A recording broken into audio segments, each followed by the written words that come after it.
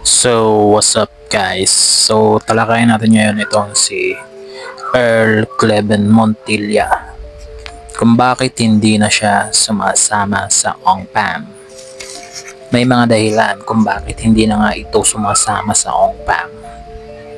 Medyo nakaka-off lang itong si Cleven Earl Montilla. Hindi ko trip yung vibe niya. Parang nayayabangan ako sa kanya. Parang masyado siyang believe sa kanyang sarili. Siguro naman yun ang naging dahilan kung bakit parang hindi sila halos close ng ONGPAM. Though na-assist niya na nga ang ONGPAM dati dahil pinatulog niya ito doon sa Busuanga. Doon nakilala si Earl ng ONGPAM sa Busuanga. Pero hindi ko trip talaga ang vibes nitong Earl na to. Mabuti pa itong si Darius, down to earth lang. Pero itong Earl na to, feeling kong yabang na to.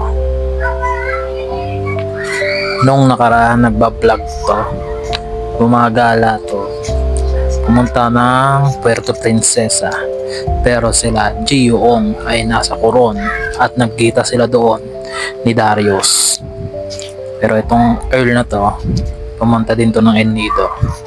Marami din nagsasabi na itong si Earl ay kamukha daw ni isang avatar. Ako na may sumasang-ayon doon. So ayun lang naman mga ka-ONGPAM, yun ang napansin ko dito kay Earl. Hindi ko siya trip. Kayo, trip niya ba siya? Comment down below. Bye.